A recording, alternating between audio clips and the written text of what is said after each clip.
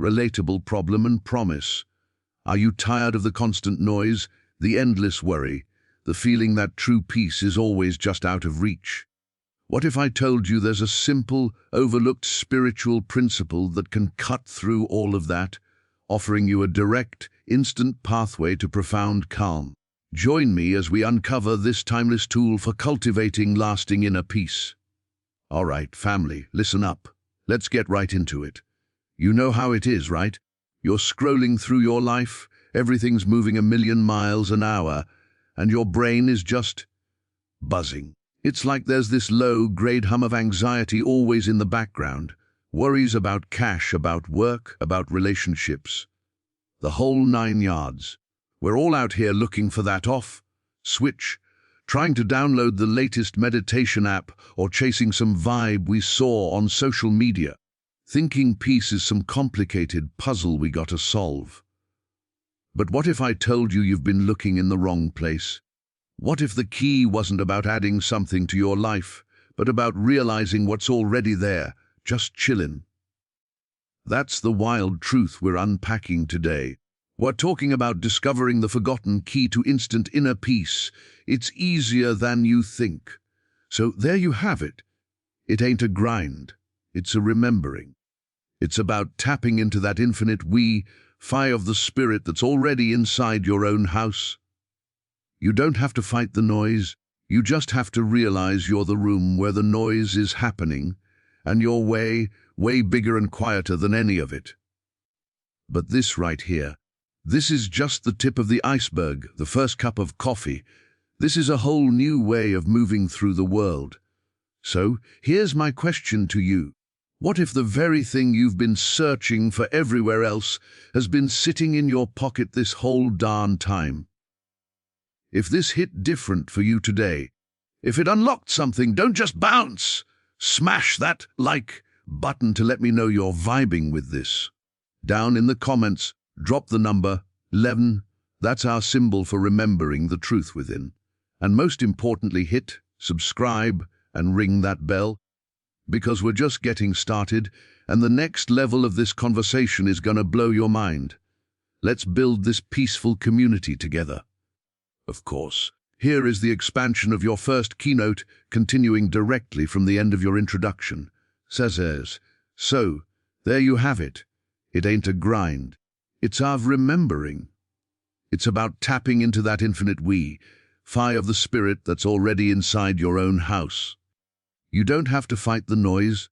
You just have to realize you're the room where the noise is happening, and you're way bigger and quieter than any of it. And that brings us to our first real gut check. The peace isn't out there. Let that one land for a second. We have been totally sold a bill of goods, a complete lie. That peace is something we can acquire if we just do the right thing. We think, man, if I can just close that big deal, then I'll be peaceful. Or, once I find the perfect partner, then my mind will finally be quiet. We're treating peace like it's a prize at the bottom of a cereal box.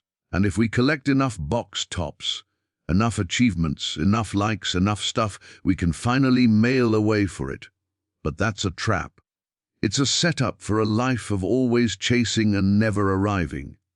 Because the second you get that one thing you thought would do the trick, your mind just immediately moves the goalposts. It invents a new problem, a new lack, a new thing that's missing. It's like being on a treadmill and thinking the finish line is just one more step away, but the belt keeps moving. We're looking for a permanent solution in a temporary outside world, and anything out there by its very nature is temporary. It comes and it goes. It shows up and it dips out. Your bank account fluctuates. Your health has good days and bad days. Relationships ebb and flow. If your peace is tied to any of that, you're signing up for a roller coaster ride, and you're handing the controls over to circumstances you can't ever fully control. So, what's the alternative? It's the radical, almost stupidly simple shift of realizing that the peace we're looking for can't be found there. Because it's not from out there. It's an inside job. It's the native language of your true self. Think of it like this. You know how your phone is always searching for a signal. It's scanning the airwaves, looking for a tower to connect to so it can get data, make a call, do its thing. We're walking around like that phone with its data turned off, frantically running up hills and down into valleys, thinking, if I can just find the right cell tower, I'll get a signal. We're running to a guru, a weekend seminar, a new book, a different diet, all these external towers. But what if the signal isn't coming from a tower at all? What if you are the signal? What if peace isn't something you download from the right circumstance, but something you are inherently when you stop all the frantic searching and just let the connection be? This is the foundational flip. It's the moment you stop trying to furnish the room of your mind with peaceful things from the outside. A comfortable chair from IKEA, a nice scented candle, and you realize the room itself is already made of peace. The very walls, the floor, the ceiling, it's all constructed from a substance that is still and whole and complete. The furniture of life, the stuff that comes and goes, sits within this room, but it doesn't define the room. The noise of the world happens within your awareness, but it is not your awareness. Your awareness is the silent, spacious room that holds it all. So when you catch yourself looking for that next fix of peace from the world, just pause, just for a second, and ask yourself, where am I looking? The answer will always show you the way back home. So when you catch yourself looking for that next fix of peace from the world, just pause, just for a second, and ask yourself, where am I looking? The answer will always show you the way back home. And that brings us to the natural next step, the actual of this whole thing. If the peace isn't out there, then what in the world are we supposed to do? Our entire lives, our entire society, is built on the principle of doing, of chasing, of effort. We're told, no pain, no gain. We believe that anything of value requires sweat and struggle. So we apply that same grinding energy to our spiritual life. We sit down to meditate, and we try to force our minds to be quiet. We aggressively hunt down our negative thoughts and try to wrestle them into submission. We're like a person trying to smooth out choppy water by slapping their hand on the surface. All we do is create more waves and more chaos. The ego, this sense of being a separate me that has to figure it all out and make it happen, jumps into the driver's seat and says, I got this. I will achieve peace. But it can't. It's the very part of us that is restless. It's the noise itself trying to manufacture silence, and it's a complete and total losing battle. This is why the key is to stop chasing, start realizing. Chasing is an action directed outward. Realizing is a shift in perception that happens right where you are. It's the difference between desperately running around a dark room, bumping into furniture, searching for the light switch, and simply remembering that you have a flashlight in your own pocket the entire time. You stop the frantic running. You cease the struggle. You relax, and you reach into your pocket. The chasing is the ego's game. The realizing is the work of the soul. It's not something you do. It's something you allow. It's about letting the truth of your being reveal itself to you. Once you stop shouting so loudly, think of your mind like that muddy puddle we all played in as kids. When you're chasing, you're sticking your hands in there, stirring it all up, looking for a coin you dropped. The water gets cloudier and cloudier, and you can't see a thing. You're putting in all this effort, but you're just making the problem worse. Stopping the chase is the act of pulling your hands out. You just stop. You sit back. You let the mud settle all on its own. You don't have to do anything to make the water clear. In fact, doing something is what keeps it muddy. Your only job is to be still and let the natural clarity return. That settling is the realizing. It's the awareness dawning that what you were looking for, the clear, still water, was the natural state all along, hidden only by your own frantic activity. The peace wasn't absent, it was just obscured. So the practice, if we can even call it that, is to notice when you're stirring the mud. Notice when you're in chase mode, when you're striving, forcing, and trying to make peace happen. And in that noticing, simply choose to stop. Pull your hands out of the water. Take your foot off the gas. Let the chase end. And in that quiet space, the realization of what has always been there will begin to dawn on its own. So the practice, if we can even call it that, is to notice when you're stirring the mud. Notice when you're in chase mode, when you're striving, forcing, and trying to make peace happen. And in that noticing, simply choose to stop. Pull your hands out of the water. Take your foot off the gas. Let the chase end, and in that quiet space, the realization of what has always been there will begin to dawn on its own. Now, this is where it gets really wild, because we have to completely flip the script on what we think we are. We walk around identified with the noise. We say, I'm stressed, I'm anxious, I am angry.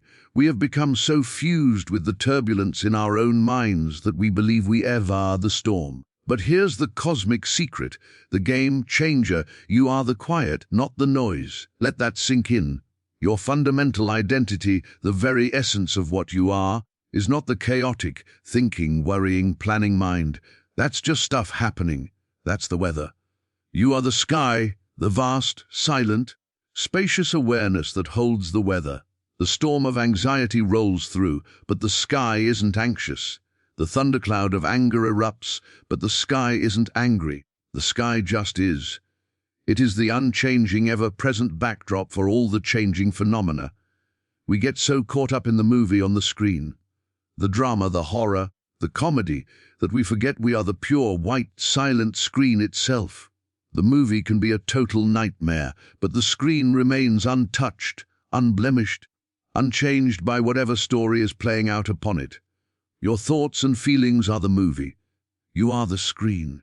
The problem is we've spent our entire lives leaning in, analyzing the plot, reacting to the characters, completely lost in the content. We never lean back and remember the context, the substance that is allowing it all to be seen. This is the core of the realization. It's not about getting better weather.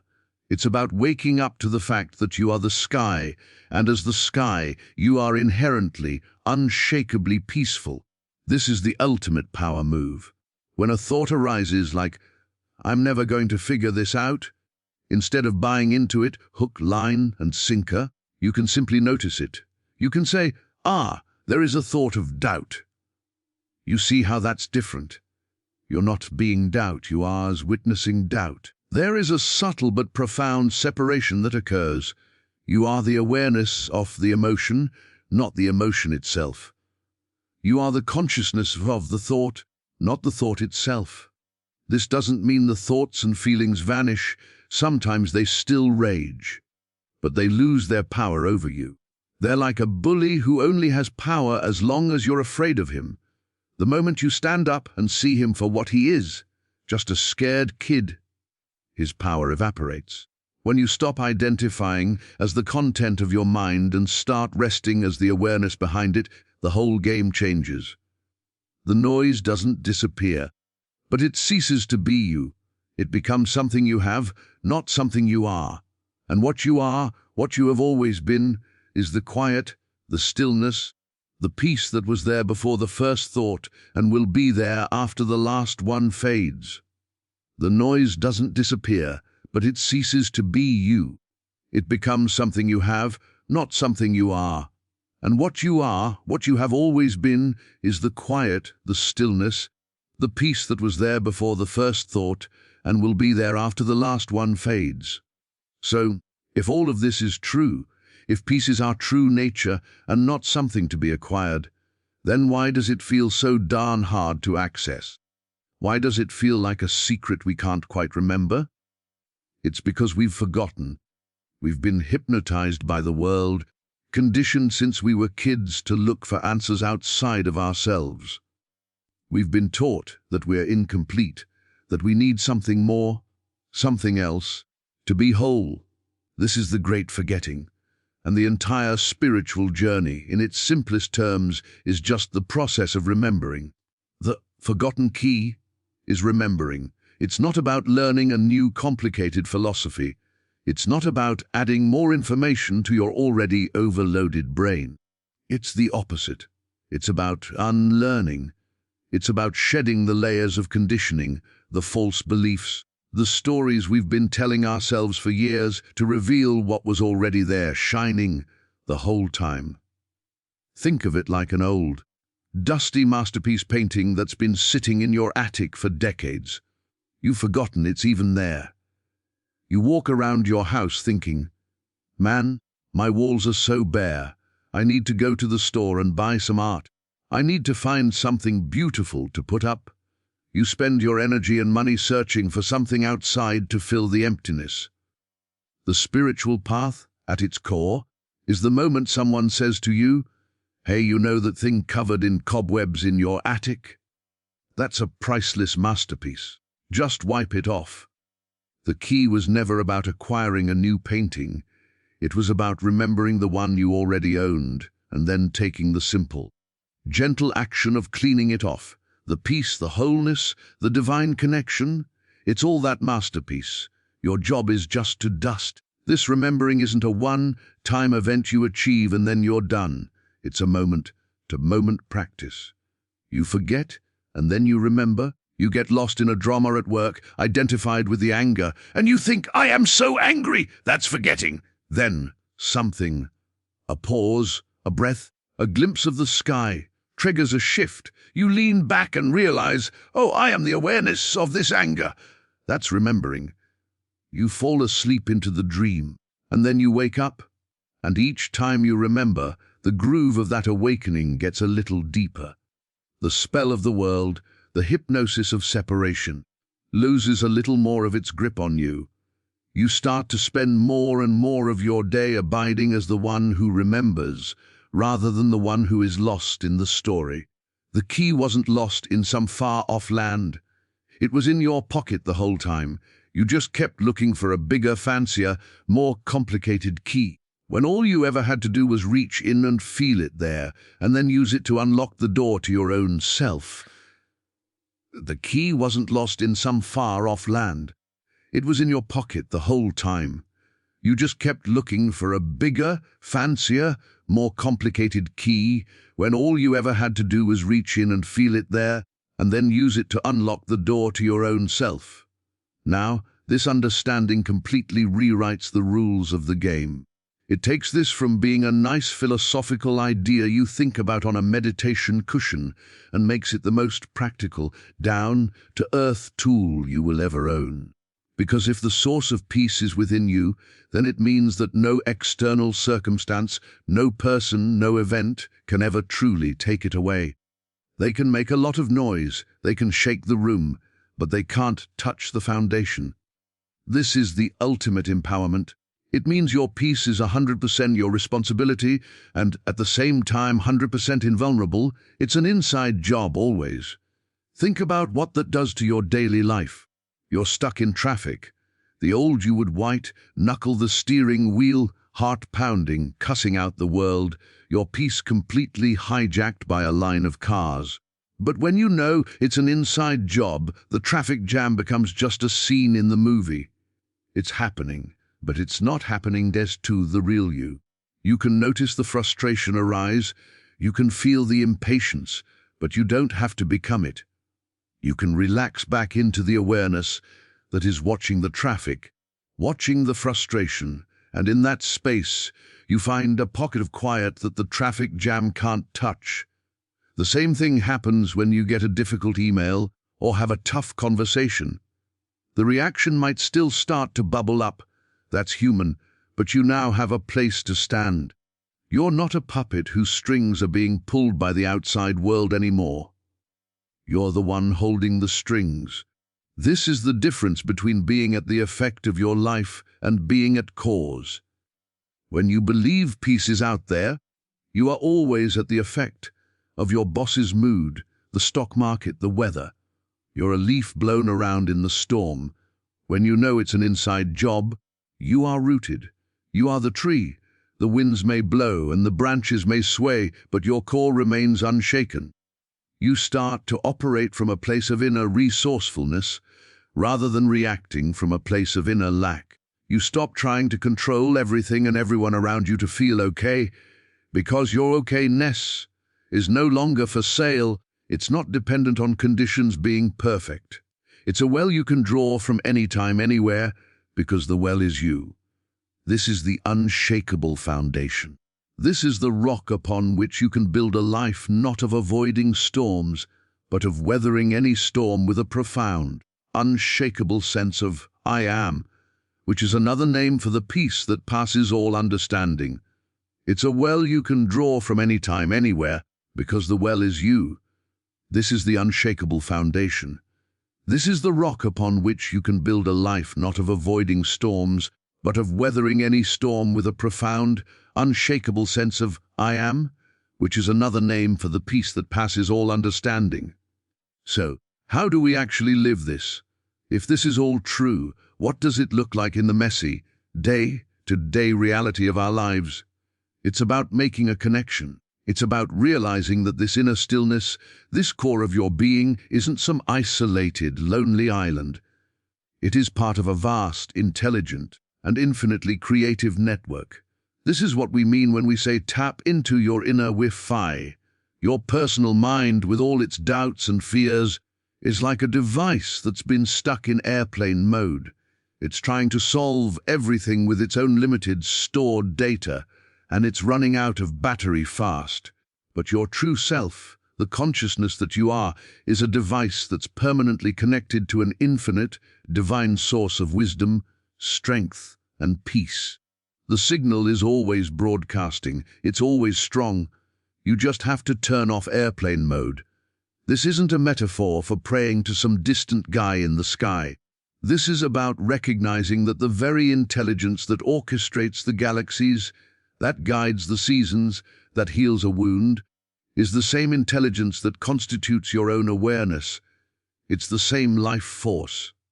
When you have a problem, the old way was to grind away with your personal, limited mind, the one that's full of past failures and future anxieties. It's like trying to run a complex software update on a calculator. It's the wrong tool for the job. Tapping into your inner Wi-Fi is about consciously shifting your reliance. It's stopping the frantic mental calculations and, in that quiet space, opening yourself to a download. You turn from the problem to the presence. You ask, not with words, but with a surrendered, quiet heart, what is the way? And you listen. You become a receiver, and the guidance comes. It might not be a thundering voice. It's often a quiet knowing, a sudden intuition, a synchronicity that appears in your outer world, or a sense of the next right step appearing in your mind with a feeling of ease. It's an inspired idea that feels like it came through you, not from you. This is how you start to operate in the flow. This is how burdens lift, because you're no longer carrying the weight of the world on your personal shoulders. You're allowing a universal intelligence to orchestrate your life from within. You're not doing it alone. You are the individual expression of the infinite. Your personal device is now online, receiving a signal that provides everything you need for the journey. Clarity for confusion, strength for weakness, and a peace that truly does not depend on a single thing in this world. It depends only on the quality of your connection, a connection that is your birthright, waiting only for you to notice it's already there.